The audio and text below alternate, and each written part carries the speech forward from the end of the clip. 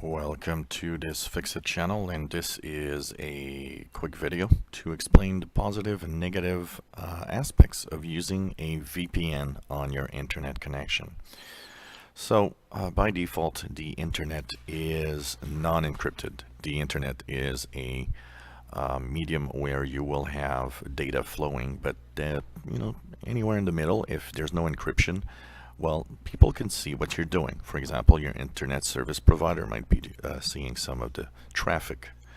But there are things called Virtual Private Networks, or VPNs. VPNs are there to secure your internet connection. It creates an encrypted tunnel between your computer and the other computer at the other end where you're connecting on the website. The encrypted tunnel, of course, nobody can see what's happening in here.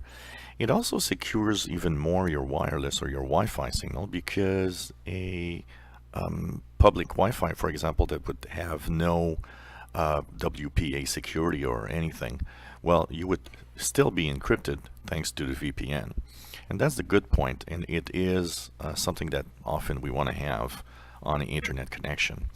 But there are negative sides in using a VPN, and the negative side of that is that, of course, you're connecting to a computer somewhere else. So very often a VPN will connect you through a special connection that will basically do a kind of give you another point of access. So instead of being point to point, it's point to a server, and that server connects to the website that you want. And what happens with that is that it slows down your connection. So that's the negative side of a VPN. It is not used in cases where you would need a really fast internet access, for example, because it would actually make a problem, create a slowdown in, for example, downloading large files.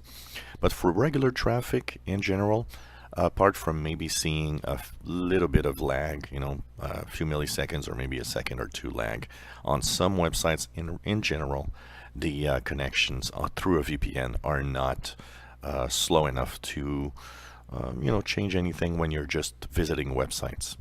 So should you use a VPN is up to you to decide, but it is good practice. And of course, there's free and paid VPNs. They're not all the same. You got to be careful how to choose a VPN.